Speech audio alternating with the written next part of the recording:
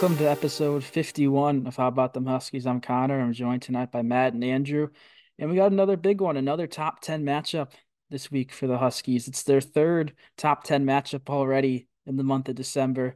UConn is going out to Seattle to play Gonzaga. We'll talk about that in a few minutes. First, we haven't talked since the Huskies defeated Arkansas-Pine Bluff 101 to 63. We're not going to talk long about it, obviously. It was a 38-point victory, but it was kind of close in the first half. I'm not gonna lie. I mean, we were only up by 12. They were hitting their shots. We weren't hitting ours, but glad to get that one out of the way. What are you guys' thoughts from what you saw? Guys you liked, guys you didn't from that one? I mean, there's like you said, there's just not much to say. I mean, Jalen Stewart had a decent game, but I mean, it's just another game against a team that sucks. There's really just not much to say about these anymore, especially with playing against Kansas and UNC now. Like in the beginning, like before we had those tough games, like before the Empire, like you could say stuff about the Stonehill and the NAU game and the Mississippi game, but now seeing who we've played, there's really just not a lot to say about a game like that. Yeah, definitely. I mean, you need games like it's nice to have in between big games, kind of just like a game to get some guys some runs, sort of like a scrimmage in a way. I think it's going to help us when we have to come up against Gonzaga because we'll have guys ready. Castle's another day healthy, Ball with another good uh game, to kind of continue his momentum. So I'm excited to see, how this rotation forms up going into Gonzaga. And I think that game kind of helped Hurley kind of find a few little adjustments to make and help us into that game. Yeah, I think this was a much needed break from that top competition. I mean, you look at a guy, Alex Caravan, he struggled. He scored 18 points versus UNC, but went 2 for 9 from three. He hit six threes, had a career high 26 points, just was hitting everything in that second half against Pine Bluff. Cam Spencer hit five threes. Castle played a decent amount. He played what, 20 minutes, I believe, close to it. Yeah.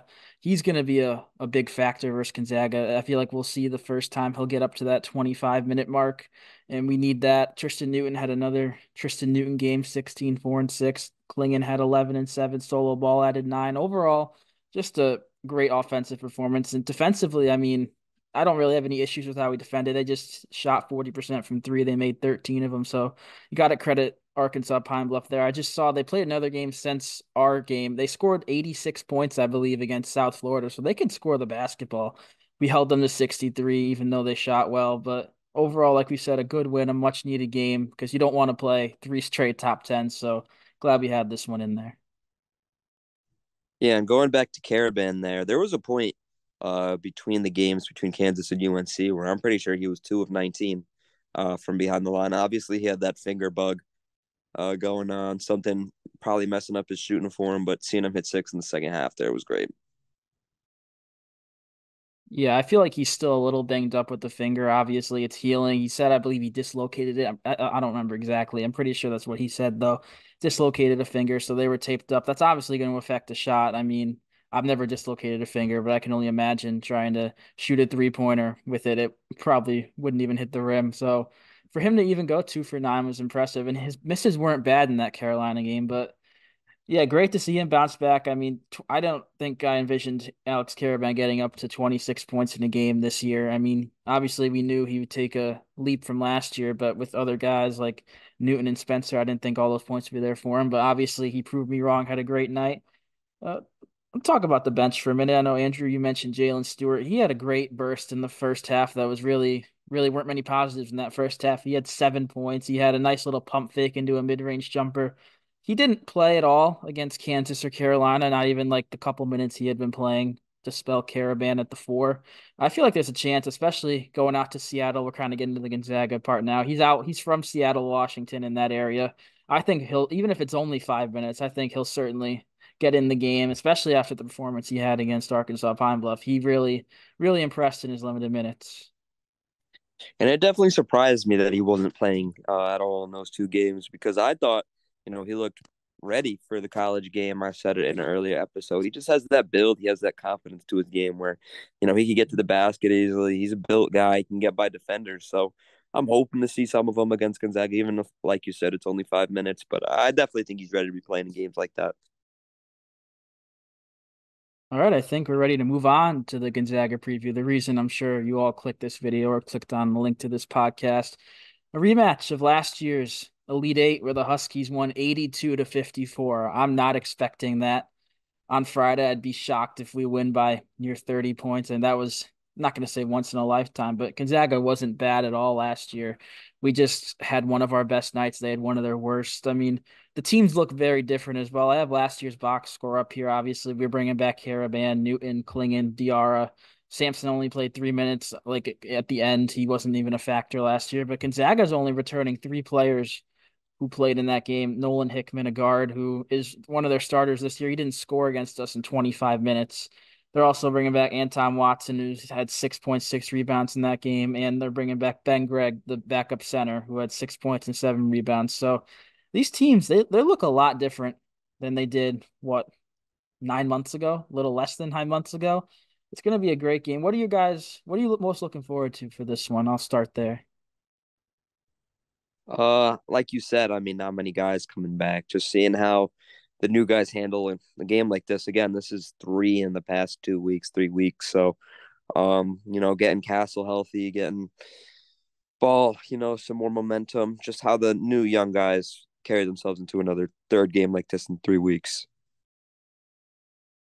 Yeah, I agree with Matt there. I mean, you can't really call this like a revenge game for Gonzaga because we lost a ton of guys from that game.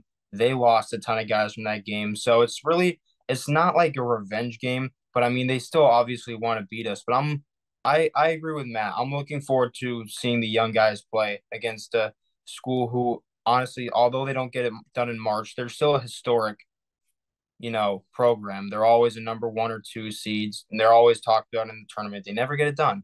But I'm excited for another game that's not a cupcake, honestly, because this will be tough. Gonzaga, even though they're not the good team they were last year, they're still pretty good this year. So I'm just looking forward to another tough game. Yeah, they were in that stacked Maui field. They lost their first game. They had a tough draw. They had to start with Purdue.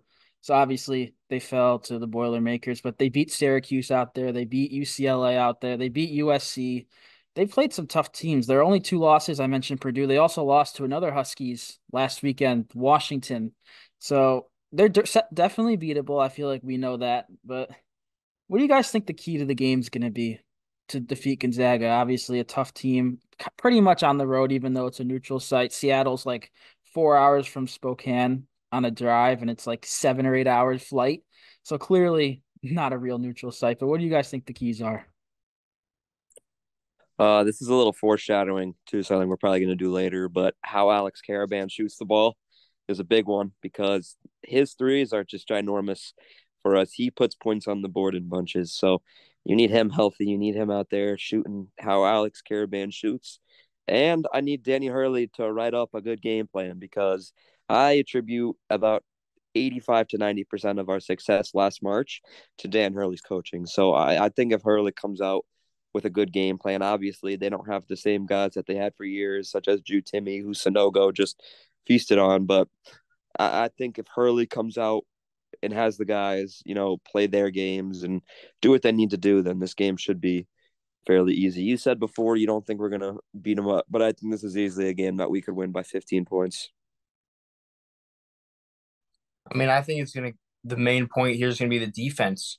I mean, our offense has looked fantastic every game so far. I think we've put up, besides Kansas, I feel like we've put up at least 75, 80 points every game.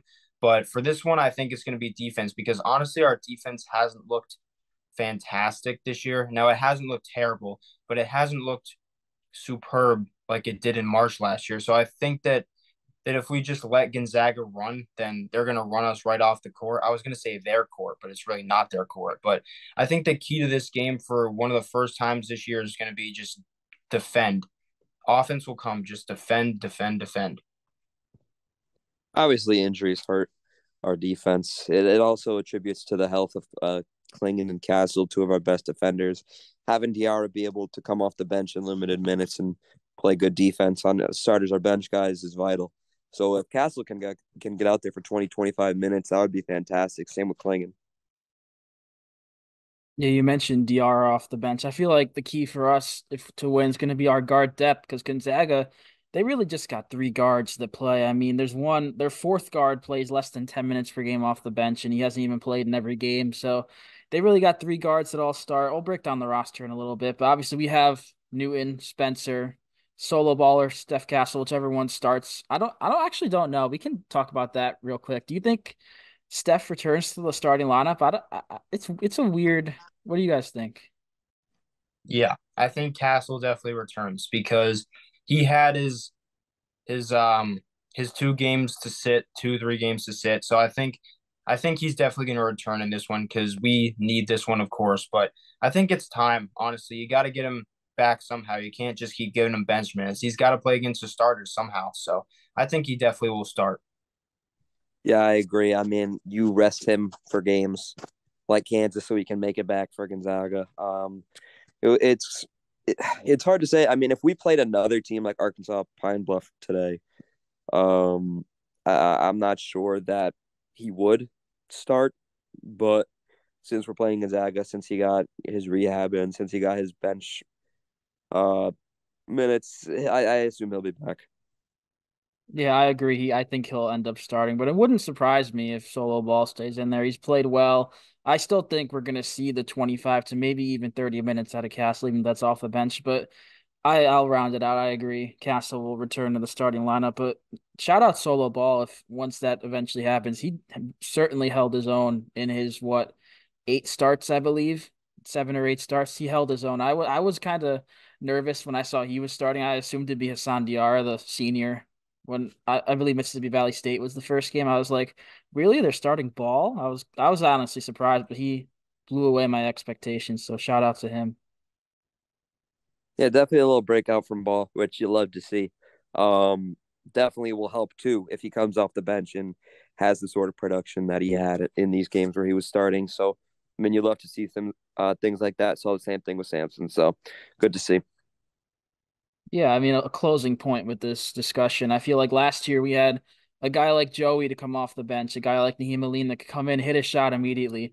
I'm not saying Hassan Diarra and Samson Johnson are bad bench options, but they don't really provide that spark. I mean, Samson obviously provides a spark with his dunks, but if you need a big three and you need just someone to get a bucket, I mean, I feel like Solo Ball fits that role perfectly, kind of like that Nahim Aline role. But move on to Gonzaga. I mentioned we'll break down the roster a bit. They really only play like 8 guys, 7 or 8 guys, but their point guard is a guy we're all familiar with as Huskies fans, Ryan Nembhard, the former Creighton guard. He's averaging 11 points and 6 assists per game.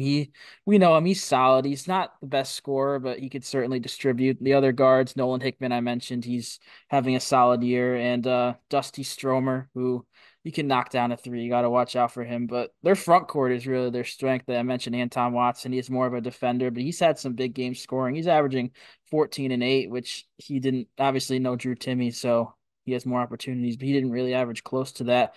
And the big man down low, Graham Ike, the Wyoming transfer, he's their leading scorer at almost 15 points per game. He's a guy I feel like not I'll give Klingon fits, but he's kind of an undersized center, which I mean, obviously you'd assume Klingon be able to just like block every shot he attempts, but he's a little undersized. He's a very skilled. He was out all the last year, Wyoming. He led the Cowboys to the tournament the year before. He's certainly a guy to watch out for, and I feel like that's my matchup to watch is EK versus Klingon slash Samson. Just how can we contain him? Because if we can contain him, I feel like we'll be in a good spot.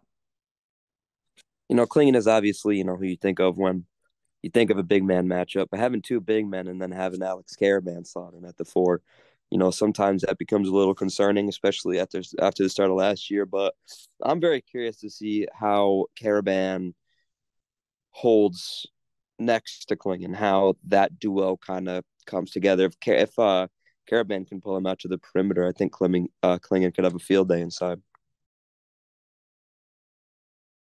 My matchup to watch is going to be Newton and Nemhard, or maybe Castle guard him. But he obviously was from Creighton, does not like us. So he's definitely going to want to beat us. But it's like he's in a weird spot. Like he was obviously, he wasn't the guy at Creighton because of the big, but he was one of their big three per se with Kaluma. But at the same time, he didn't get exactly what he wanted there. So he went to Gonzaga and now has to deal with us again. So it's going to be weird, but I think he's going to play with a little bit of with passion in this game just because of we're still UConn and he's still Creighton alma mater. So Yeah, I remember his brother Andrew, he played at Florida against us, and then he transferred to Gonzaga. He was a part of that national championship game team that lost to Baylor. He's in the NBA now at the Pacers. So I guess it's an MBAR thing to go to a school for a year or two and go up to Gonzaga. But yeah, I'm excited to see that matchup, especially because I mean, obviously Tristan Newton's a big guard, but Nembhard, he's like 6'1". He's kind of not undersized, but compared to our 6'6" Castle, 6'5" Newton, I feel like we can certainly exploit that. Uh, I think we can go to our players to watch for this one now. There's not much more to say. I guess actually first, before I do that, we'll talk about their bench. They only have like two or three guys, all of them big men, Braden Huff and Ben Gregg, like I mentioned. So there's going to be a lot of minutes to be had for the starters for Gonzaga, which should be good for us because they'll get worn down.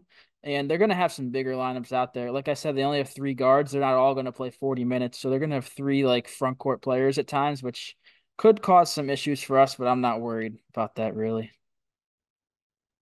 As mentioned before, solo ball being able to come off the bench is massive. You need a guy out there like that that can give you 20 minutes off the bench. Castle being healthy too. It's like you have two new players. A bench solo ball and a starting Stephon Castle is an entirely different team than we really put out against Kansas. So I really feel like that's going to be a huge game changer. And one more thing before we do players to watch. I'm just excited. I assume you guys are as well, that there's going to be no more Arkansas-Pine Bluffs. All these games from here on out, it's Gonzaga, then it's the Big East schedule. Now, obviously, there are weaker Big East teams. We got into this last time. DePaul is. I might rather play Arkansas-Pine Bluff for our rankings, like in Ken Pom and net. It might be a better game, but obviously we got all those five or six cupcakes out of the way, and here on out it's going to be all great competition, which obviously this is the part of the season last year where we started to struggle. So I'm curious to see how the guys rebound off of that, because last year obviously we started what I should know this off the top of my head. Was it 13-0, 14-0? But whatever it was, 15, I obviously think 15, 15. Hmm. I believe. That seems high, but I'll take your word because I'm not sure. Whatever it was, we started really hot, then dropped like 5-7, 6-7. So I'm curious to see how this group kind of tackles that part of the schedule. I feel like we don't start as hard in Big East play. We play Seton Hall, then St. John's, then DePaul, then Butler, which Butler's a sneaky team in the Big East. We'll do a Big East preview. We'll talk about that, but they're not a team you can just look over like a DePaul this year. But yeah, I'm excited. Round out my point. I'm excited for these big games to be back every night, twice a week. Kind of sweating it out, nail biters, but yeah, I'm just really excited for that. You mentioned last year the skid at this point of the year. I think our preseason schedule this year definitely is going to help us going to Big East play. Last year we didn't have a Gonzaga, we didn't have a Kansas, we didn't have a North Carolina. So I feel like going into this year that those games should sort of help us level out these tough away matchups, Providence, Xavier, etc. All right, now I think we can finally go into our players to watch. And I know Matt, you kind of hinted at yours early on, so you can go first if you want. Who you got? Alex Caravan's a player to watch. I want to see how he does against this Gonzaga team. Healthy hand, consistent shooting stroke. What can he bring? How many points can he put up? What's he gonna do for us? I'm really excited to see him. It was one off, by the way. It was 14. But 14. dang it. But anyway, I'm gonna go with Castle because this is gonna be his first big game back. He had his, like I said earlier, he had his two to get back and get like his two rehab games per se. But I think this is gonna be his big one. He might end up guarding them hard. He might not. Who knows? But I think he's gonna have a good game and he's gonna show signs of everything. I mean, he's not gonna be a guy that drops 30 points a night with 3 rebounds and 1 assist. He'll have like 17 points, 9 rebounds, and 6 assists or something like that. That's what I think his stat line will be. Something like that. Yeah, that'd certainly be a big game from him, and he's certainly capable of it. I mean, he in his first two games he put up stat lines kind of close to that. I feel like not quite in the rebounds and assist department, but he was averaging 15 points per game before the injury. But my player to watch is another guy who's been a little banged up, Donovan Clingan, just because I just want to see how he does against these better centers like Graham Ike. Obviously, Ike's not Baycott, he's not Dickinson, he's probably not even Khalil Ware of Indiana, but he's still a guy who's going to be a focal point of the offense. And I just want to see how Klingon does both how he is health wise and how he does just like I don't know where I'm going with this health wise and like just like skill wise how he matches up. But yeah, I think feel like he should have a decent game. I feel like he really hasn't had the big game against the big team yet. All of his stats have kind of been against like New Hampshire where he had like 30 points. But I feel like this is a game where he can get maybe to that 20-point mark against a top 10 team. He hasn't done it yet, but it wouldn't surprise me one bit. I think that'll just about do it here. The Gonzaga preview, unless you guys got any last remarks before we head out. It's going to be a big game for the Huskies. Their final top 10 matchup, probably for at least a month. I don't know. The next one might be Creighton. I don't know if they'll still be in the top 10. I believe January 17th is that game. I'm not sure if they'll still be there. Obviously, Marquette should be there, but we don't play them until like February 17th, which is an unfortunate job by the schedulers to not play that game. And we play them again afterwards, too. But yeah, it's going to be a great game out in Seattle, the Jalen Stewart homecoming. It's going to be obviously a lot of Gonzaga fans. I'm sure there will be some UConn representation. Maybe not as much as there was at obviously not as much as the Garden, but maybe not as much as there was that made the trip to Kansas. But there's going to be Huskies representation no matter where they play, and I think they're going to pull out the dub. What do you guys think? We'll do a quick prediction. I'll do a score prediction. I say UConn wins. We'll do 82 to 68. That's always a safe one. It's something like that. But Mhm. it's a late tip too, by the way. I believe it's a 10 o'clock tip off, which is I Well, think the latest game. well, it is 7 local, so Yeah. you got Well, to take for that into account. it'll be Yeah, 10. yeah. But I'm gonna go, man, 81-72. We won by 9. Mm. That's what I'm gonna say. I'm gonna stick with my 15 here. I'm gonna go something probably like 85 to 70, somewhere around there. 15 point though. Interesting. Obviously, I'm nitpicking here. Andrew said a 9-point win. That'd be our first single digit non-conference win since like I looked this up. I'm pretty sure it's like we played St. Bonaventure a couple of years ago. I'm pretty sure that was the last single digit non-conference win. Obviously, we've lost some and won by double digits since then, but I'm pretty sure that I mean, you guys can stat check me or not. I don't care. But yeah, that'll do it here. Episode 51, the Gonzaga preview. We'll have another episode out after this one before the Seton Hall game. I'm not sure what direction we'll go, and we'll definitely talk about this game, win or lose, but we're going to focus on the Big East preview. We did one last year. It may not be as in depth this year, but we're still going to try to talk about every team, the matchups to watch. But yeah, thanks for watching and stay tuned.